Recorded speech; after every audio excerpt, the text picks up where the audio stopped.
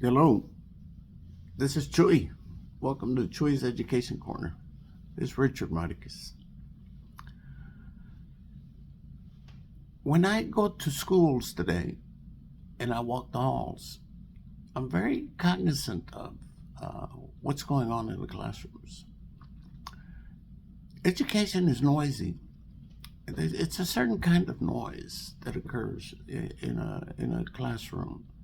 There's interaction between students, there's interaction between teachers. Things are going on in that classroom. And humans learn by doing.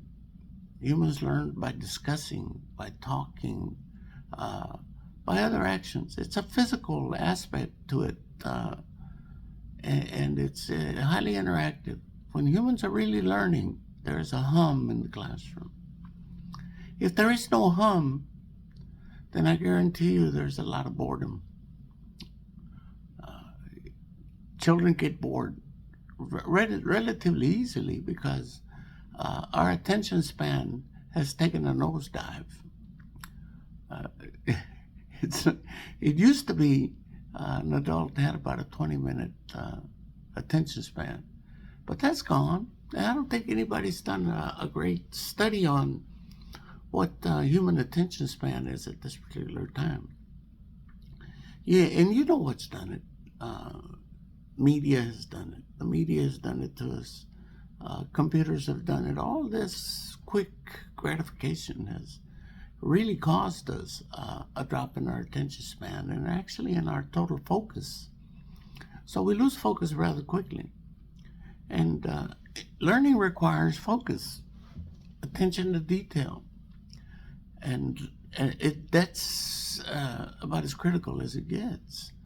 And so whenever there is no interaction, whenever there's no human kind of engagement, then the only thing that you have is boredom, because that child is completely off focus.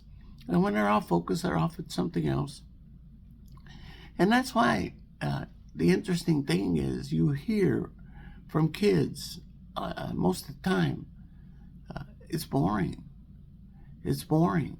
They're either not being challenged or they're not being helped. It's not difficult to find out. Just walk around. If you're a teacher and you're in any classroom, somebody's failing. Who's failing? Have you ever wondered why they're failing? You ever sat down and talked to them individually about why are you failing? You're going to find out the reason why that child is failing. They may not like you. You may have a communication gap between that child and you. Believe it or not, it happens. You may be able to solve that by merely switching them with another teacher in another classroom. They may have a learning problem that you're not aware of and that you haven't really paid attention to because you didn't know it was there. And now all of a sudden the child basically explains to you. And so now you need to look into exactly what that learning disability is and see what you can do about helping that child, giving that child a little extra time and giving that child a little extra attention. Children don't want to fail. Humans don't like failure. It doesn't feel good.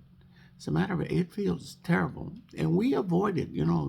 Even some of us adults fear failure so much that we work our butts off consistently, not necessarily trying to impress the boss, but just trying to run away from that word failure, because it has such an impact on our individual psyche. The research on failure and retention pretty well bears it out. When you retain kids, the chances are pretty good. You just increase the fact that child is going to drop out of school. That's right. Because they don't know how to handle it. We as adults have a struggle dealing with failure. A child who can't communicate, can't discuss things with, The adults doesn't understand failure, but they know what it feels like. And they know that it's something that makes them, sets them apart from the rest of their classmates. And they also know that they don't have a way of overcoming that particular failure unless somebody intervenes and somebody helps them. So if you're sitting in your classroom today, look around your class and start paying attention to who is not doing well in your class. And then when you say, I have teachers say to me, I don't have the time. I'm being pushed. This curriculum is pushing me, this whole thing, and all these kinds of things. Usually when I sit in the classroom with you, what I find is that you have a lot of time. And in some instances, you struggle to fill it in while the kids are working. And see, while those kids are working, you can actually use that time to sit down with that kid that needs the extra attention. Better yet, sometimes you have a kid who finishes things quickly and he's bored. Give that kid the opportunity to help his classmate. Sometimes kids do a better job explaining things than we do.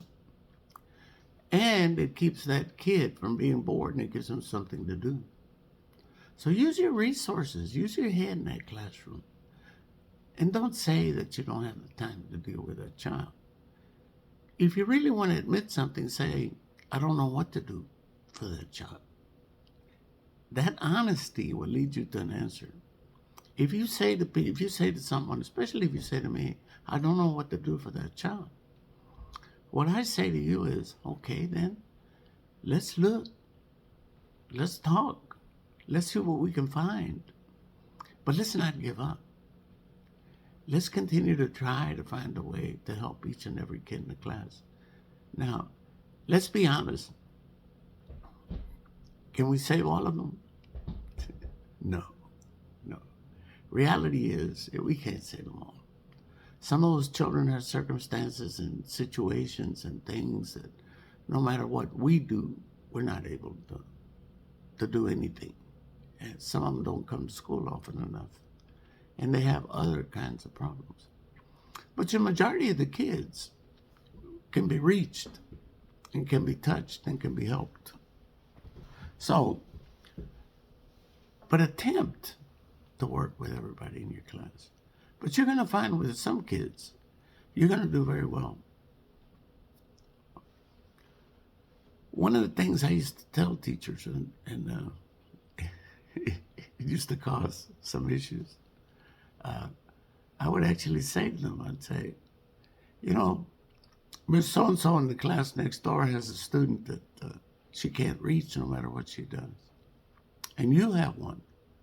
Why don't you just trade them? Why don't you just see who, Sometimes when you move a child from one teacher to another, you get success. And what do you have to lose? There's nothing to lose. But most people will tell you, well, the principal won't let me do it. The school won't let me do it. The counselor won't let me do it. They won't let me do it. They won't say so. Well, in my experience, if both teachers go and they say, we want to transfer these kids, we want to flip them one to the other to see if I can work with this one, to see if he can work with the other one, that's all we want. We don't want you changing out our whole class. We just want 2 students. And if the other kids come to you and want to have the same thing happen, the answer is no. Unless we the teachers say, that that's what needs to happen, please. Don't move kids out of my classroom. I know how you are. You want to take full responsibility for that classroom. You don't want people moving people in and out. And you not knowing who those kids are. I know how territorial you get. And so, but if you're looking for the best interest of that kid, sometimes you need to admit that you actually can't reach that kid, or that you don't have a way of actually trying to help that kid. The majority of the kids in your class are going to be fine. But those kids that you have that you can reach and you failed to reach because you just so happen to be sitting at your desk behind your computer. Don't let that child fall through the cracks. If a child can be helped, get over there and help them. That makes your test scores look better. Have a good day.